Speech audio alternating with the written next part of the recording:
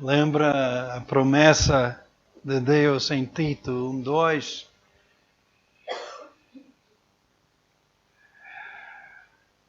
Deus, que não pode mentir, prometeu a vida eterna. Amém? Amém. Ele que é, sempre foi, é e sempre será. Vida eterna para que vivamos com Ele, na Sua presença, sem tudo isso que nos desanima, o pecado que nos rodeia, não?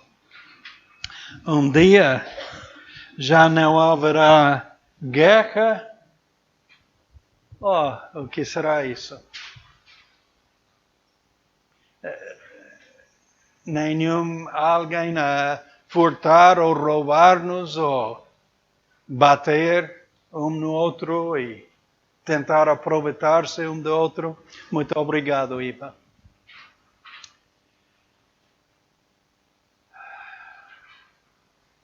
O dia em que já não haverá essa carne que quer sua vontade,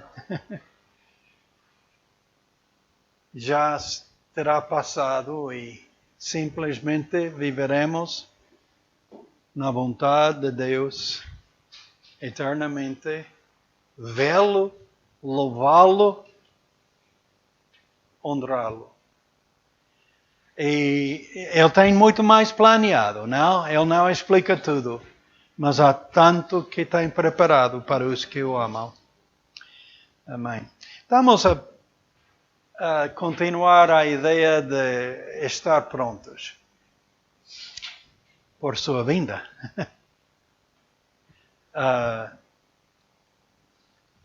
Tínhamos lido a semana passada e já está próximo o fim de todas as coisas. Portanto, sede sóbrios e vigiai na oração, mas sobretudo tende ardente caridade uns para com os outros. Por quê? Porque a caridade cobrirá a multidão de pecados, sendo hospitaleiros uns para os outros, sem murmurações. O amor, a caridade que cobre a multidão de pecados. Na aula dos senhores da escola dominical, pensamos, perdão, tanto precisamos de Deus, amém. Precisamos cada um ser perdoado. Mas logo o Senhor diz, como eu vos tenho perdoado, perdoem uns aos outros. E íamos mais uma vez lembrando, por quê? Por que perdoamos uns aos outros? Por que se enfatiza tantas vezes no Novo Testamento? Porque vamos ofender um ao outro. Sem propósito, a grande maioria das vezes, mas vamos ofender. Íamos pensando, hoje na aula estiveram várias nações representadas. Só por cultura. Distinções de cultura. A maneira que pensamos enquanto uma coisa pode ofender. Pois perdoa-me. Eu preciso do teu perdão. Então, porque a caridade cobrirá a multidão de pecados. E ser hospitaleiros uns para os outros. Então, a oração e o amor na vida de cada crente é o que a palavra de Deus exorta que vivamos. Vigiai na oração. Viva na oração. Por quê? Porque o fim de todas as coisas está próximo. Há uma razão. Se, como crente em Jesus Cristo, a oração por teus irmãos, tua família, tua igreja e teu mundo é de pouca importância, saiba que não estás pronto para prestar conta a teu Senhor. Vou repetir essa ideia. Se, como crente em Jesus Cristo, a oração por teus irmãos, tua família, tua igreja e teu mundo é de pouca importância, saiba que não estás pronto para prestar conta a teu Senhor. Ele depende. Deus, Jesus Cristo, depende da tua consagração crescente para realizar as batalhas espirituais que se enfurecem a toda volta.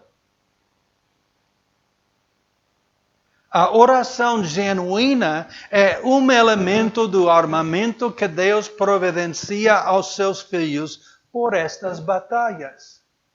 Naquela lista em Efésios capítulo 6, capítulo 6, colocar o armamento de Deus, termina dizendo, ora, é parte do armamento poderoso de Deus, a oração. Então, é uma parte essencial do amor que Deus ordena entre nós. Se me amas, ora por mim. Se te amo, oro por ti. Te levanto perante Deus em intercessão. Abençoa este irmão. Está numa luta, está num conflito de o que seja, mas ajuda o Senhor.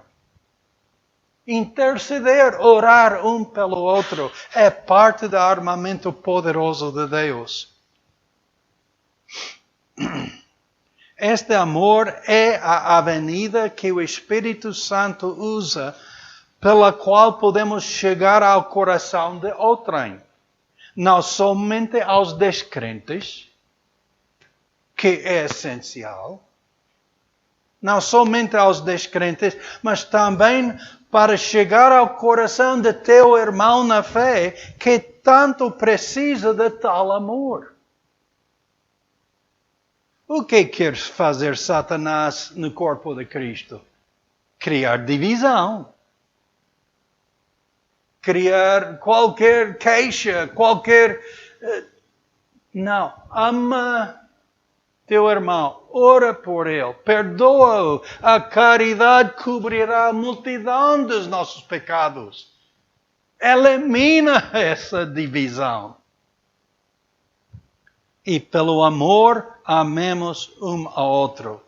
Uma manifestação maior do amor é o servir um ao outro. O amor tem que se expressar ou é frígido. Na tua casa, os casados, se não expressamos nosso amor um ao outro, entra uma frigidez, é a palavra certa? Um ambiente frígido. Não. Expressa teu amor entre os irmãos da fé. E requer perdão. E requer levantar um ao outro perante o Pai, pedindo sua ajuda, sua graça, sua bênção, que nos guia, que nos providencia casa, trabalho. Amemos um ao outro. Recusamos o ataque de Satanás. Traz de mim, Satanás. Eu vou amar meu irmão. Eu não vou sentir coisa negativa contra ele. Traz de mim, Satanás. Vou obedecer ao meu Senhor. O amo, ele me ama. Vou obedecê-lo. Elimina multidão de pecados e os ataques de Satanás. Então, o ser hospitaleiro é aquela expressão para providenciar alguma necessidade do teu irmão. Ora e ama genuinamente. Por quê? Porque o fim de todas as coisas está próximo. Vamos prestar conta ao Senhor. Não podemos imaginar a importância deste encontro. Eu vou ter que olhar cara a cara a Jesus Cristo. O que fizestes com o que te dei?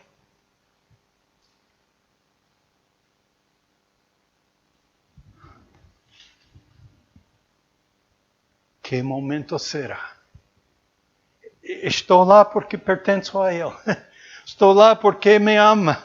Estou lá porque, por sua graça, estou aceito no amado. Mas vou ter que prestar conta.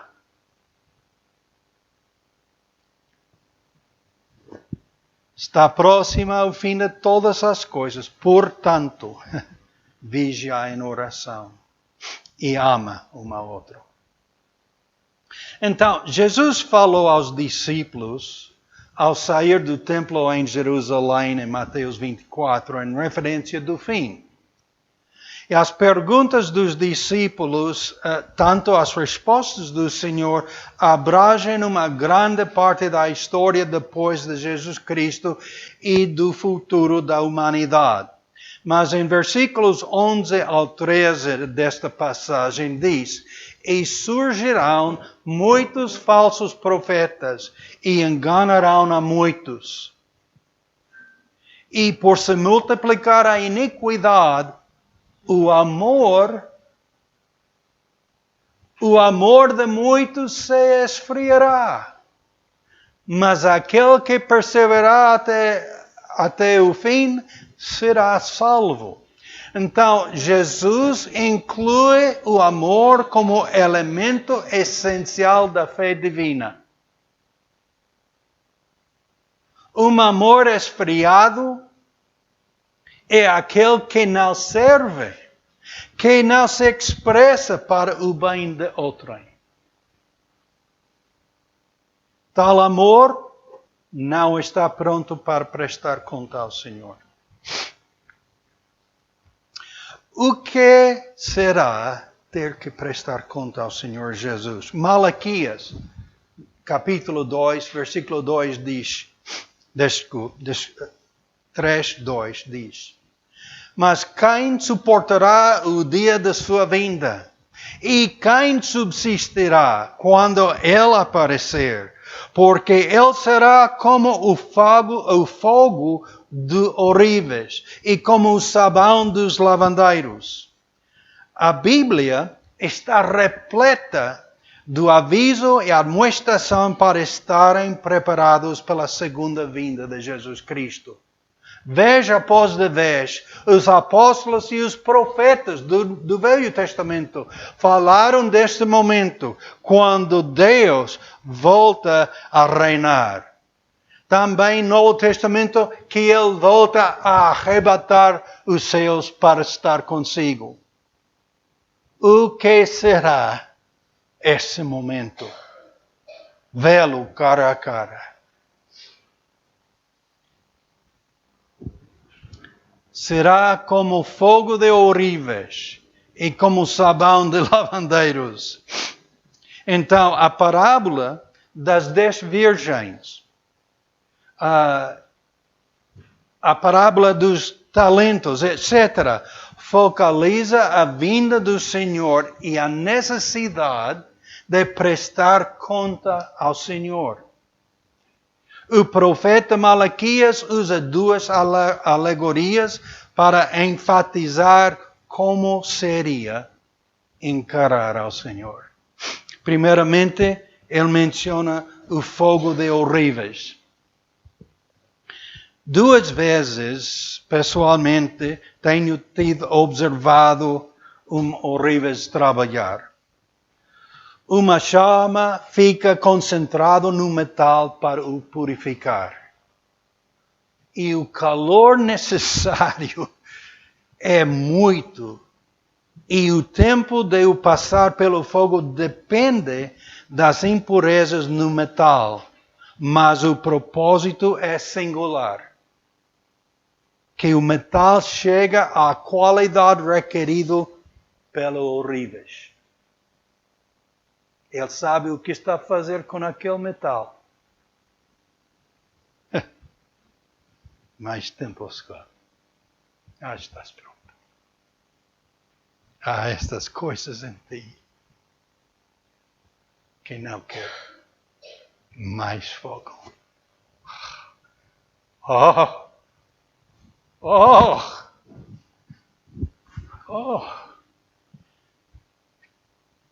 Scott, quero tirar de ti o que me ofende. E tens ainda estas coisas. Quero que me servas bem. Quero que tua vida exalta meu filho. Mais fogo. Que seja, Senhor. Esperamos que curvemos nosso coração e não lutamos contra Deus. Fogo. Mais fogo. Então, a reputação. Pense nisso. A reputação do ourives depende da qualidade do metal.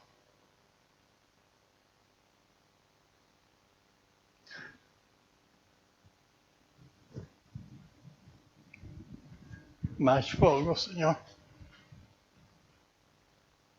Transforma-me. É necessário, irmãos. É só alterar as impurezas do metal que o ourives pode formá-lo no objeto que ele deseja criar. Também usa a ideia da sabão dos lavandeiros. Desconheço pessoalmente por completo, além de estudá-lo, este processo da lavagem da lã que está referido. Mas foi interessante este estudo. Com o passo do tempo, o processo tem se modernizado com o avanço da tecnologia, certamente. Mas Malaquias tinha em mente um processo específico. A lã foi colhida das alveias e unida em fios e logo tricotado em um tecido. Mas a lã ainda tinha impurezas óbvias e os lavandeiros sabiam tratá-las. O lavandeiro colocaria o tecido numa banheira e começaria a usar seu sabão nele. Mas o sabão não era nada como compramos em Continente. Não, senhor. Não era um sabão como hoje e o tratamento não era suave, mas com ingredientes não considerados agradáveis, geralmente urina. O lavandeiro pisava no tecido por horas e horas até que a sujeira e os óleos que faziam parte de ser uma ovelha desaparecessem.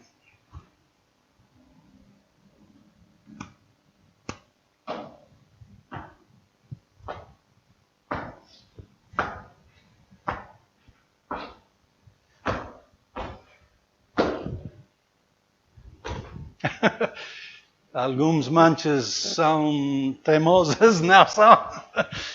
Horas e horas e horas. E com elementos muito desagradáveis. Assim trabalhava o lavandeiro.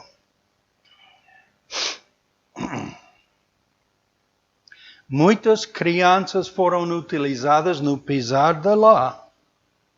E a exigência do lavandeiro supremo nessa representação romana, tem crianças, mas houve aquele que teve a responsabilidade de tudo isso. E até que ele fosse satisfeito com a aparência da lei.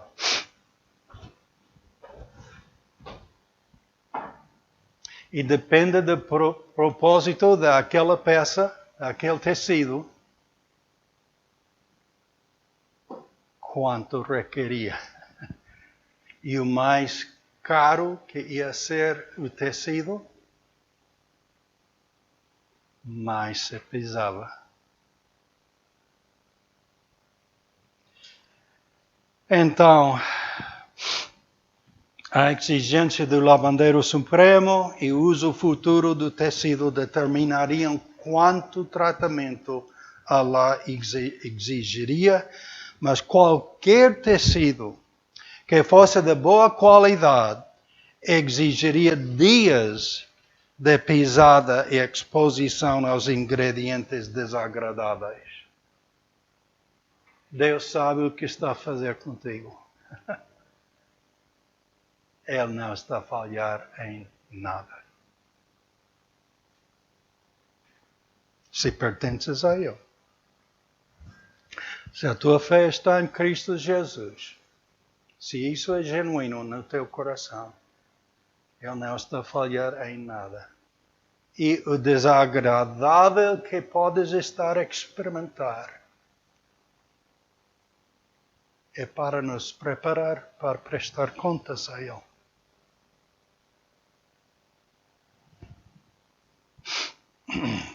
Então, o fogo e o sabão de Malaquias significam a realidade da tremenda transformação que Deus requer na vida dos seus filhos. Ele tem um plano de conformar o crente à imagem de Jesus Cristo. Scott.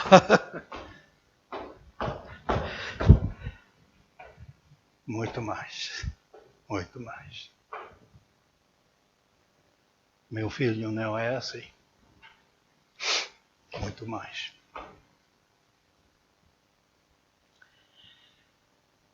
Vamos ler Efésios 4, versículos 11 ao 16. É preciosa passagem.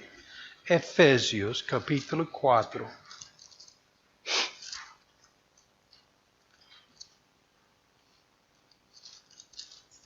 Versículos 11 ao 16. E Ele mesmo deu uns para apóstolos, outros para profetas, outros para evangelistas, outros para pastores e doutores. Por quê? Querendo o aperfeiçoamento dos santos para a obra do ministério, para edificação do corpo de Cristo,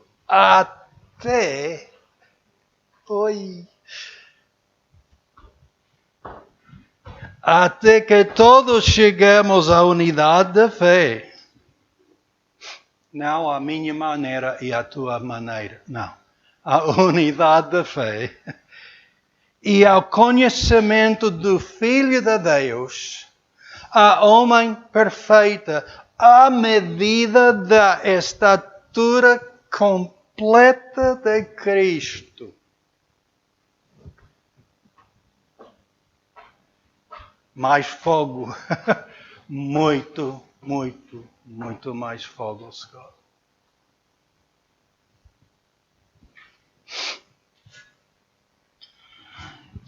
Para que não sejamos mais meninos inconstantes, levados em roda por todo o vento de doutrina, pelo engano dos homens que com astúcia enganam fraudulosamente. Antes, seguindo a verdade em amor, que cobre uma multidão de pecados, em amor, cresçamos em tudo naquele que é a cabeça, Cristo, do qual todo o corpo, bem ajustado e ligado pelo auxílio de todas as juntas, segundo a justa operação de cada parte, faz o aumento do corpo para sua edificação em amor. Não é um bocado que Deus quer transformar-nos. Não é um bocado que sigamos a Cristo. Não é o pensamento ou a vontade de Deus, nada. Até que todos chegamos à unidade da fé. A estatura completa do Senhor Jesus Cristo.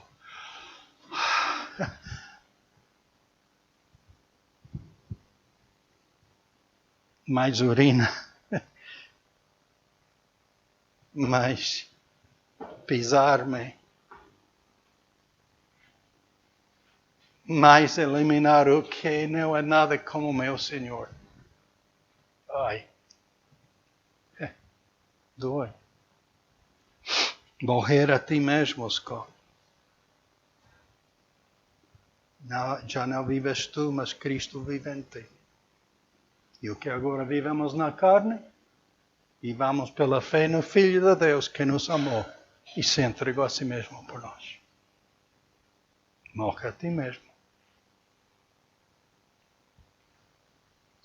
Então, pela obra redentora do Filho de Deus, e por seus méritos, somos aceitos ao Pai em Jesus Cristo.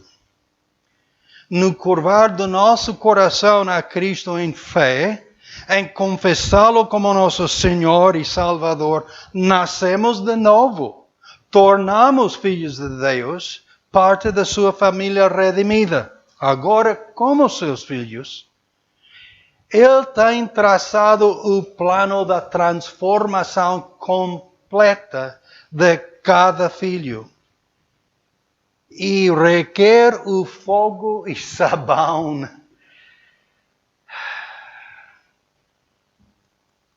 divino. Cada crente está neste processo da transformação, de ser lavado, de ser purificado pelos elementos desagradáveis, mas necessários para ser conformado à imagem do Senhor Jesus. Deus promete completar a boa obra que Ele começou em nós. Filipenses 1:6. Tendo por certo isto mesmo, que aquele que em vós começou a boa obra aperfeiçoará até ao dia de Jesus Cristo. Então, o propósito da obra de Deus em aperfeiçoar-nos é para aquele dia no qual seremos apresentados como a noiva do Cordeiro. Efésios 5, 25 ao 27. É precioso. É aquela passagem que é uma exortação ao casal, ao marido e à esposa. Mas nesta passagem diz, como também Cristo amou a igreja, a si mesmo se entregou por ela para a santificar, purificando-a com a lavagem da água pela palavra, para apresentar a si mesmo igreja gloriosa, sem mácula, nem ruga, nem coisa semelhante, mas santa e irrepreensível. Pedro diz, está próximo o fim de todas as coisas. Malaquias diz, o dia da sua vinda, etc.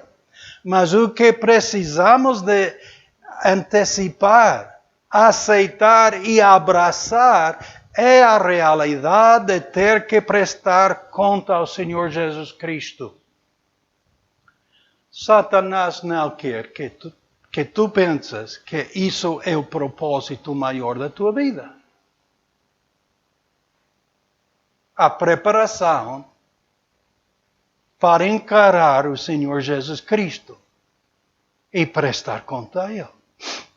Não, está bem, vai à igreja, mas olha, essas coisas é o propósito maior. Mentira.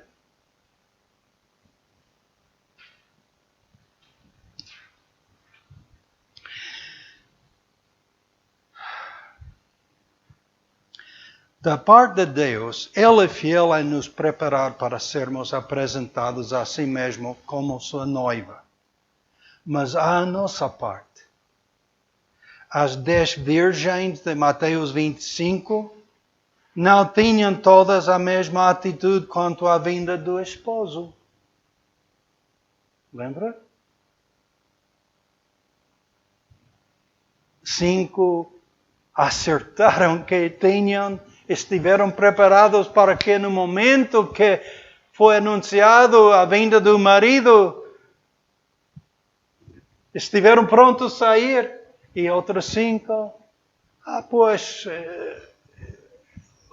estaremos preparados. Não prepararam-se. Então, por se tardar o esposo, todos ficavam com sono e dormiram. Todos estamos no mesmo mundo. Todos temos nossas experiências pessoais e diferentes, mas semelhantes também. E podemos querer adormecer-nos, não? No nosso vigiar a vinda do Senhor. Mas algumas tinham o azeite e outras não. E o azeite providencia a luz pelo caminho para se encontrar com o esposo. Jesus descreve as virgens como as loucas e as prudentes. Então, o vestir-nos em Cristo, no novo homem, o deixar a vida velha, o morrer a nós mesmos, o viver a Cristo, o vigiar em oração, o amar e servir aos irmãos, etc., são exortações necessárias na purificação e lavagem das nossas vidas para agradar a Deus. Não há para agradar mais ninguém. Se estamos a viver para agradar a alguém mais, aquele indivíduo é nosso ídolo. Estamos a viver na idolatria.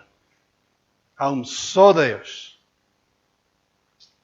Veio em carne para redimir-nos e chama-nos para si um dia. E aquele encontro, Ele quer que estejamos preparados. Ele nos vai aperfeiçoar completamente.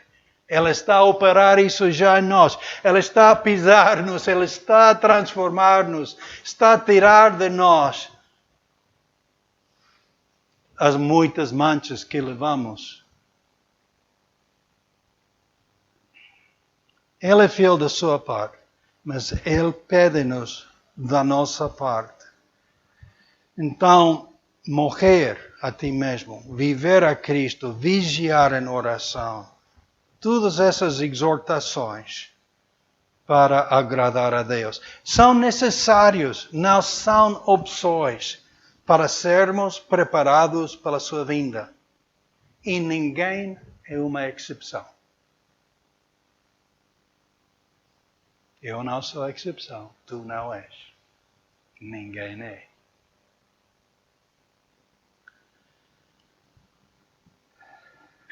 Ninguém é uma exceção, mas toda a obra de Deus no crente é porque já pertence a Deus, pelo novo nascimento por fé em Cristo Jesus.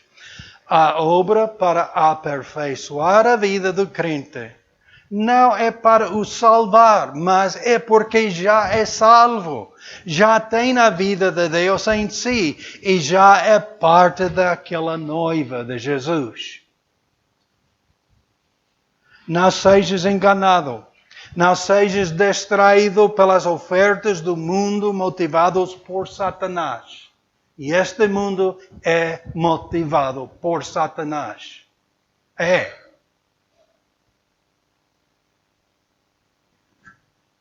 Satanás não quer que fiquemos consagrados e fixados na vontade de Deus.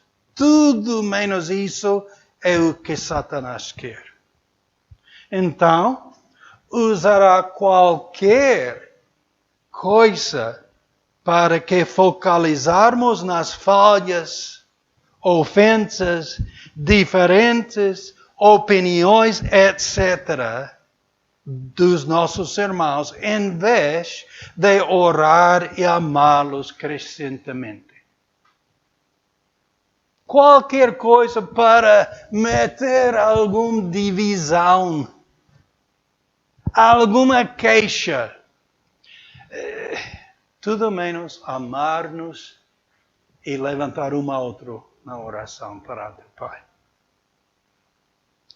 Satanás é o acusador dos crentes, não só perante Deus, mas também perante seus irmãos, para que haja divisão e desarmonia no rebanho do Senhor. Não sejas loucas. Houve as virgens loucas, Jesus diz, e as prudentes. Não sejamos loucas, mas prudentes em antecipar a vinda do Senhor, para estarmos preparados pela sua vinda, para poder ouvir: bem está, servo bom e fiel. Sobre o pouco fostes fiel. Sobre muito te colocarei. Entra no gozo do teu Senhor. Podemos estar preparados pela vinda do Senhor. Podemos. Começa com o nascer de novo por fé em Cristo Jesus, mas continua com a transformação total que Deus realiza no crente.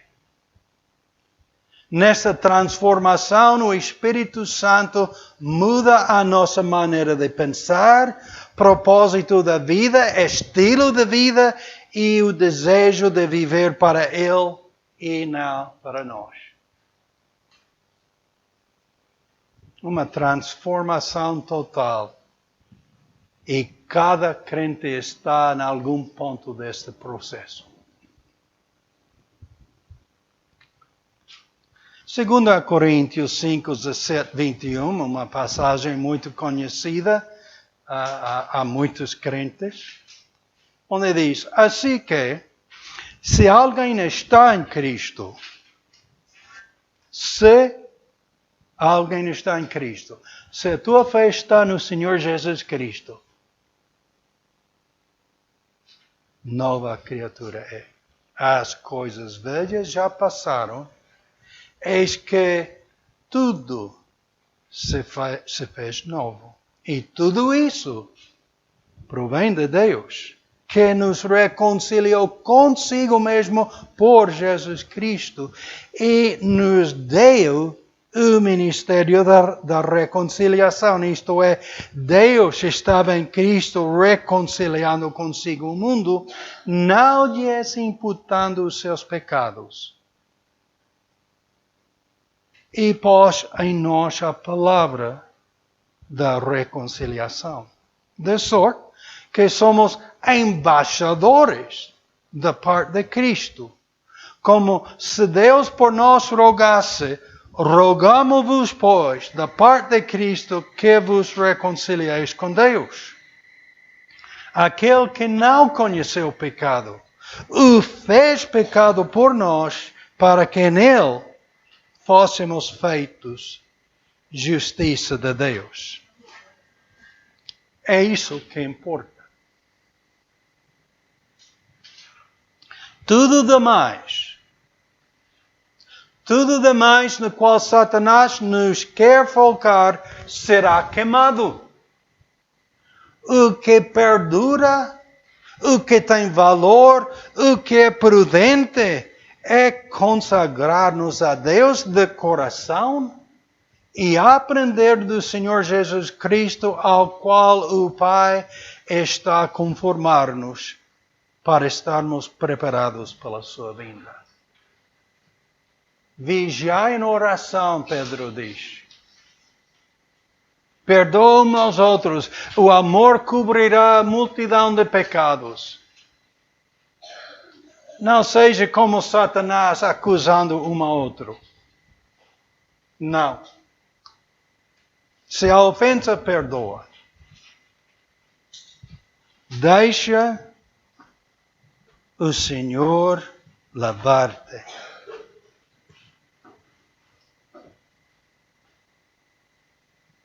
Ele sabe quando tirar-te da banheira. Ele sabe quando há suficiente fogo para o retirar.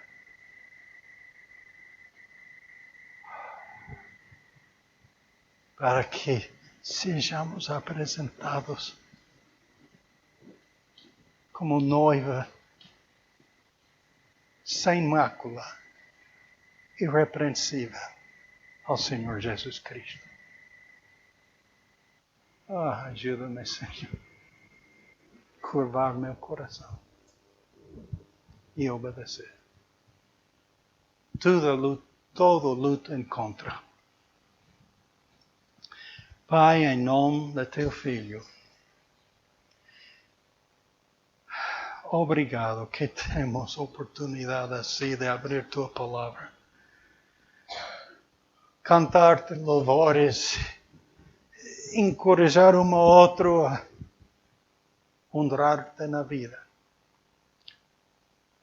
Tu sabes quanto falhamos, mas também nos tens dito claramente de Teu grande perdão.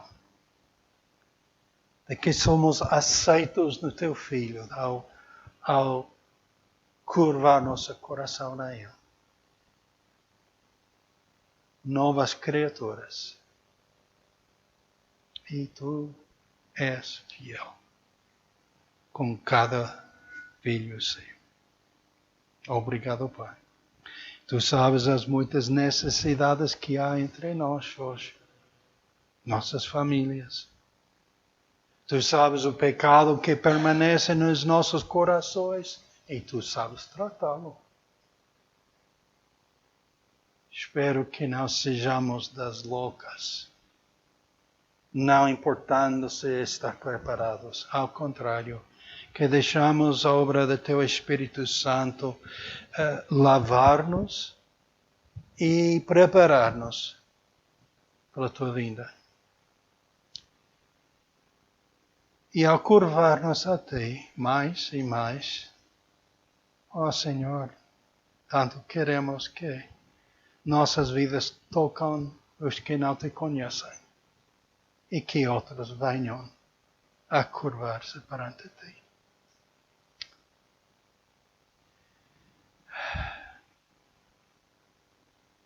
Obrigado por Teu grande amor, por Tua grande fidelidade,